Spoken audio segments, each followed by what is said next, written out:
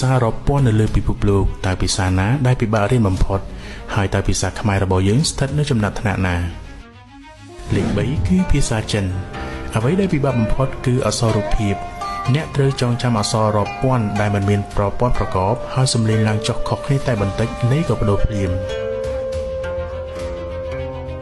លេខ2គឺភាសាអារ៉ាប់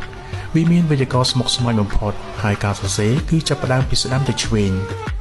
លើពីនេះភាសានេះមានគ្រាមភាសាច្រើនដែលសូម្បីតែអ្នកអារ៉ាប់ដូចគ្នាក៏ពិបាកយល់គ្នាដែរចំណែកឯភាសាដែលពិបាកបំផុតមួយក្នុងលោកគឺភាសាខ្មែររបស់យើងយោងតាមសៀវភៅកំណត់ត្រាពិភពលោក Guinness ភាសាខ្មែរមានតួអក្សរច្រើនជាងគេបំផុតនៅលើលោកគ្រាន់តែព្យញ្ជនៈជើងអក្សរនិងស្រៈក៏ធ្វើឲ្យបរទេសវិលមកបាត់ទៅហើយក្នុងនាមជាកូនខ្មែរតើអ្នកមានមោទនភាពដែរទេដែលបានប្រើភាសាដ៏អស្ចារ្យនេះ